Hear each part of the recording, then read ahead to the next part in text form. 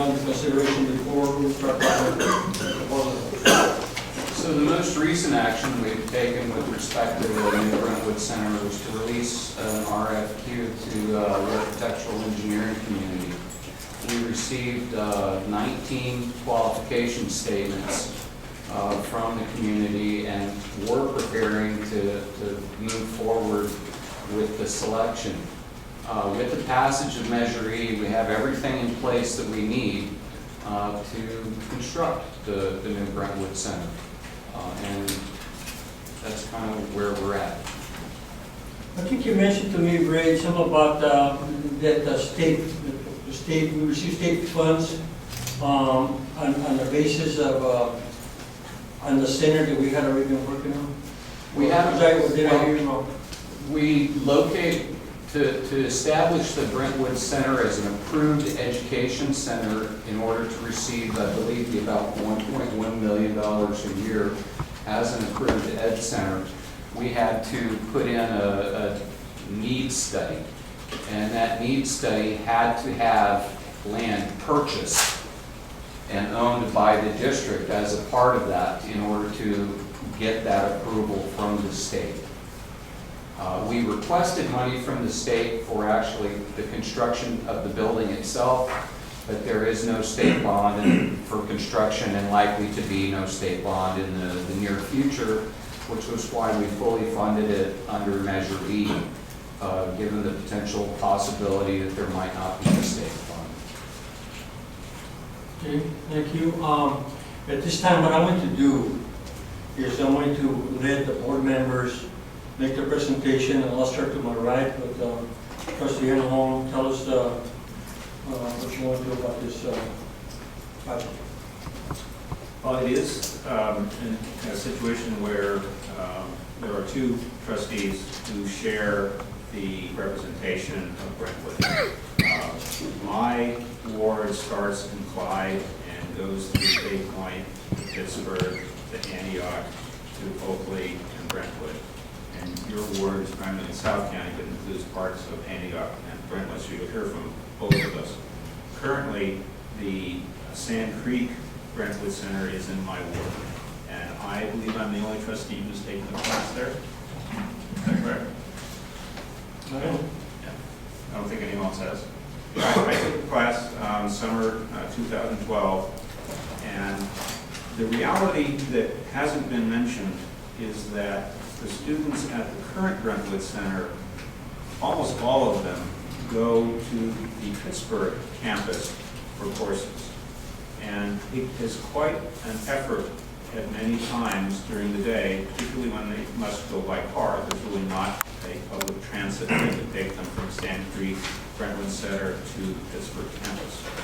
So what I have not heard, but I would like to make sure that the board members are aware of, is that even though it will not be for a while, this is a 65-year-old district, so I think we can at least have a 30, 40-year horizon, that one very attractive aspect of what Director and Board President Joel Keller has pointed out is that by having an eBART station co-located with the proposed new Brentwood Center, those students would be able to take an eBART train to what we hope will be the Railroad Avenue station in Pittsburgh, and then take a shuttle that we would like to be timed to arrive at class.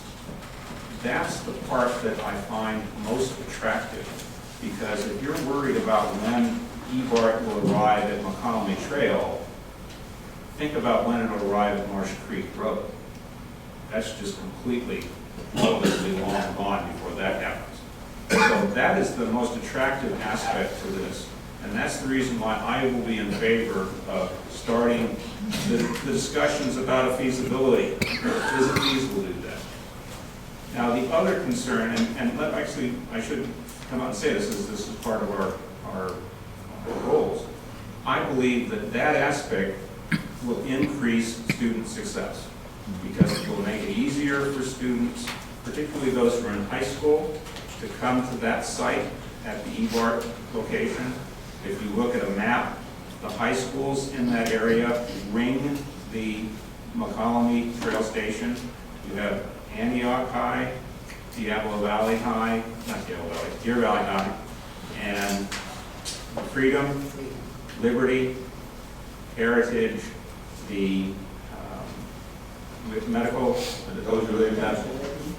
So that creates a situation where, according to Tri-Delta's Transit, it should be much easier for high school students while they're in high school to come there. And we've been talking about having more concurrent high school students. So those are the aspects that I see. I see this as a way to improve student success. But I also want everyone to be aware that there will be traffic problems to have students go from Antioch and Oakley in particular to get to the Marsh Creek location. As the mayor has stated to me on numerous occasions, there is no funding to expand Highway 4 below Balfour Road. Balfour Road, if you've been on it there, is a 2-lane road. And I believe that what will happen is students will be rational. They'll be more likely to take Fairview and then Vineyard Parkway. Now, I agree with what Tim Farley said. We need to be very careful about town gown issues there, because there are residents in Somerset and in Trilogy who really may not be aware of how much traffic is being proposed for that. And I would not want to create something that would be, again, a bad choice, having very frankly impossible to correct. So those are the key issues that I want to have us as 4 board members look at. But there's something else that I found out just yesterday, and I do have a handout for you on this. I hope you're all aware of the cap and trade program.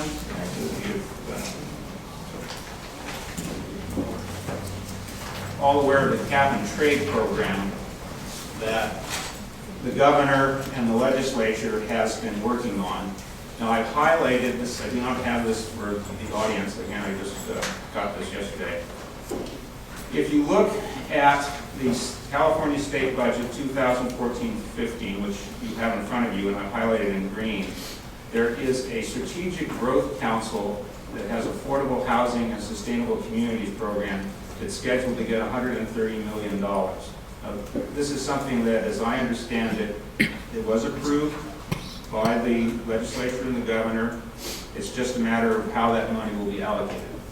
Now, I was able to get this from an attorney I know at Sedgwick, this individual has been involved with Antioch for years, and he firmly believes that it would be possible for us to get additional funding from that affordable housing and sustainable communities program, particularly if you look to the left, because the whole overall category is sustainable communities and clean transportation. So not only are we talking about communities, but we're also talking about transportation. If you flip it over, this is the analysis from the Legislative Analyst Office, and I've highlighted in green where the Legislative Analyst Office, which is supposed to critique what is going on, states very clearly, we find that there is significant uncertainty regarding the degree to which each investment proposed for funding will achieve greenhouse gas reductions. Well, here, we should be able, with data from Tri-Delta Transit and our own data, to look at how will we reduce the number of car trips from if we have the Marsh Creek site versus having the Mokelumne Trail site for the Brentwood Center. And that should give us a very strong opportunity to get funding out of this. So those are my 3 points. Just a question on that, Trustee, the 130, and I didn't have a chance to read all the $130 million, is that ongoing or is that a one-time? That would be one-time money as I understand it. Okay, so that would be different than what we get yearly, 100-some million, or do we get some? Give $1 million annually, 1.1. All right, that's what, okay, thank you. Thank you, Joel. Trustee. You're welcome. Mr. Vice President. Oh, thank you, sir. Welcome, everybody. Thanks for coming to the presentation. Had a chance to meet with Mr. Keller earlier in the week, and had a chance to put some considerable thoughts and also some concerns about the proposal. Excuse me. First of all, this is a very successful district, as you all know. It's because we make thoughtful, deliberate decisions. We need to be conservative because we're mindful of our fiduciary duty to the district. That includes the employees, the students, and our constituents, all of you as well. That can be noted by our evidence by our building a private reserve in our expenses, as well as the community's trust in our 3 bond issues that are the main focus of this discussion tonight, I believe. And the district's not afraid of hard work or to take risks. Joe, we talked about that earlier.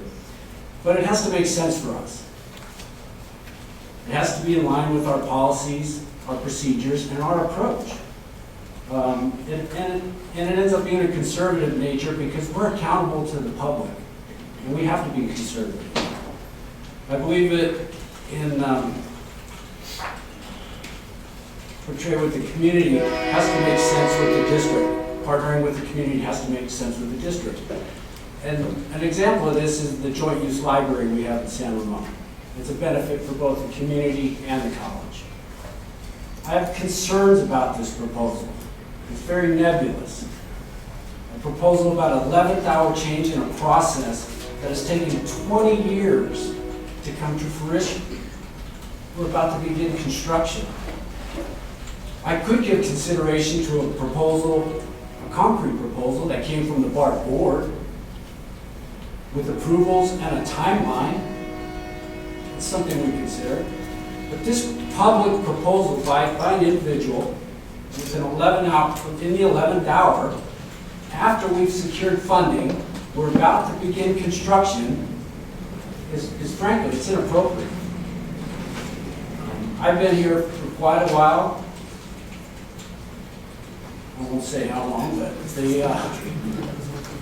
the campus site has been in discussion before I got here in Brentwood. We're in a leased facility right now, and we're paying every month for that. We've finally secured a permanent site, and we're about to begin construction. It was a fair, competitive, deliberate process, approved and participated in unanimously by the board at the time, with the future in mind. There's considerable research, expense, deliberation that went into our decision. What you're proposing delays our process by years. There's no guarantee. It involves risk. It does not make sense for our students. And frankly, does not support our commitment to our community to make decisions that support their trust. So I'm sorry, but we have a process that we've gone through. And I think that this proposal did not have merit. Thank you. Thank you, Mr. Vice President. Madam Secretary, for the board, do you have any comments? Yourself? I thought I was sitting here prepared to hear what you had to say. No, I'm going to ask you, I'll make the last comments as the president. I take that for all of it. Ah, I see. Ray, you did say something, and I did have a question for you. So, and I know you may not have the answer, but you said that possessing the land, actually owning the land, was key in order for us to get this process going. So we don't own the land, nor we haven't identified the piece of property, or we've identified it in the land swap. Is a land swap situation, is that going to pose a problem for the process that we've already gone through for the last 20 years for this site? You know, I don't know that I can answer that question. We had to have ownership of land in order to get the approval of the education center.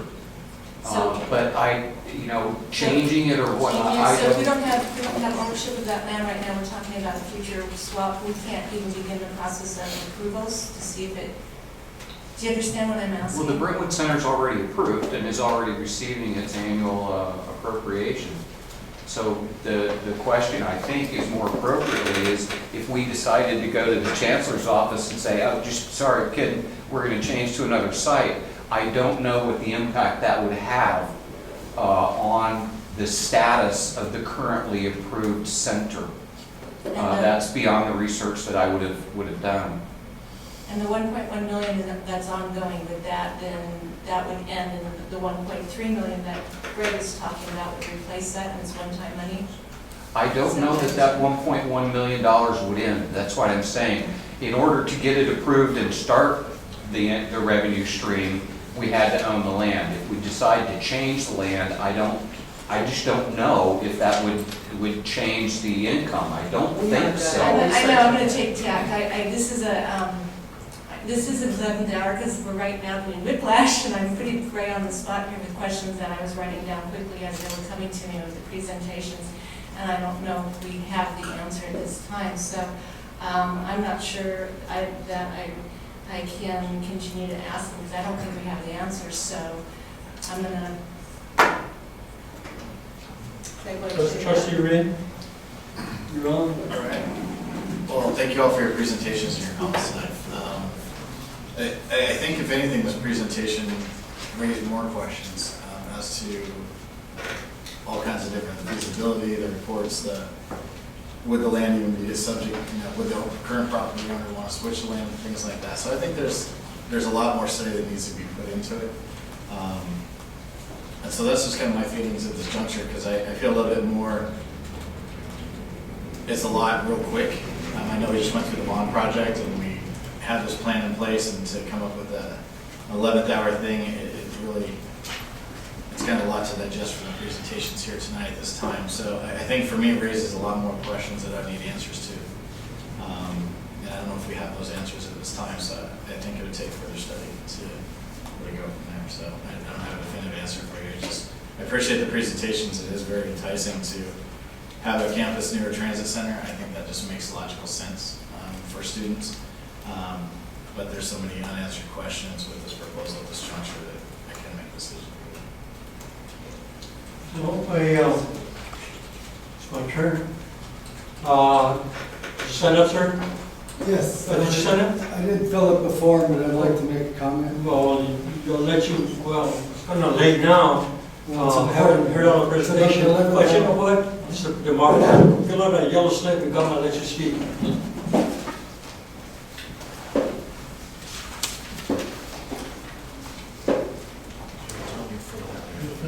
You go ahead, speak, and then you fill it out. You know, it's unusual because I know. you were there all the time, so. Mr. President, thank you. Jerry Marks, past president, Somerset 3 of Brentwood. And I heard him say about the 11th hour, but it's, at the 11th hour, it's best to stop the train before it goes over the cliff. Your decision is very important, I know. But this decision faces us for 20 years or so. So if we lose 1 year, I wouldn't be afraid of it, because Fairview is going to be a disaster. We have people 90 years old driving out of that Somerset 1, 2, 3, and 4. And we have no signals except for one light down on the north side of Fairview. So I'm not with the city, but it takes a lot of money to put traffic lights in. And I'm sure until 10 people die is when they normally put a traffic light in. But anyway, like I say, let's stop the train before it goes over the cliff. I don't care if it's 11th hour. We have a lot of kids going to be living here for the next 20, 30 years, and if you put it in the right place, you'll be successful. Put it up there, it's a disaster, just like the letter you got. Thank you very much. Well, thank you for your comments. I want to thank everyone, first of all, for all your presentations. There's a lot of merit and a lot of the information that we received, what was said. The presentation has raised a lot of questions. We don't know that land, that people are talking about land swap. Nobody knows who the owners are over there. Nobody has ever talked with them to know if they're willing to do anything. And so, in the meantime, the project that's ongoing now, we would have to start building on it, run the risk of losing money. But again, You know, I'm a reasonable person, and as I sit here, I listen to my colleagues. They all make a lot of sense. What I would like to propose, however, is some form of a feasibility study, and I would like to take the prerogative of the president to appoint 2 trustees to serve on a special committee to work on this. And when they deem it necessary or appropriate, they can bring it back to this board for further discussions or decisions. I'd like to appoint Presley Enholm and Vice President Nedgerly to serve on that committee, if it's all right. Both of you, and I know that it is, because I can. Do you have any say in that? I see a spot like that. That gives me comfort. I think that's the appropriate thing to do. The appropriate thing to do is to do a study, because as was said here, too many questions have come up. Too many questions about what we're doing already, how much more we're going to do, how long it would take us to get some land somewhere else, and we would have to start all over again. And you know, I heard the mayor of Brentwood say something that really touched my heart, is that that city has gone through a lot of steps, a lot of expense. The general plan is not easy to come through, and I served on the Richmond City Council one time, at the time when Mr. Keller was a council member somewhere else, and we worked together. But I know how difficult it is to get that. All these meetings, all these hearings, all that input. And to make a change at the last minute, they would have to start all over again. They'd have to approve a change in the general plan. It takes a ton of time. For us to say right now, yeah, let's go ahead and do a land swap. We don't even know if the owners want to do it. So I'm going to leave it up to this special committee to go out and, you know, the chancellor will assign staff, and I'm hoping that BART will do likewise. This is not a one direction street. This is a dual street, as we call it. So I would expect BART to do their share in these discussions as we move forward, and the committee can bring it back to us at the appropriate time. Very good? Sure. Thank you very much. I thank all of you for your presentations, and we're going to take a 5-minute break. Thank you very much. Where are you, sir?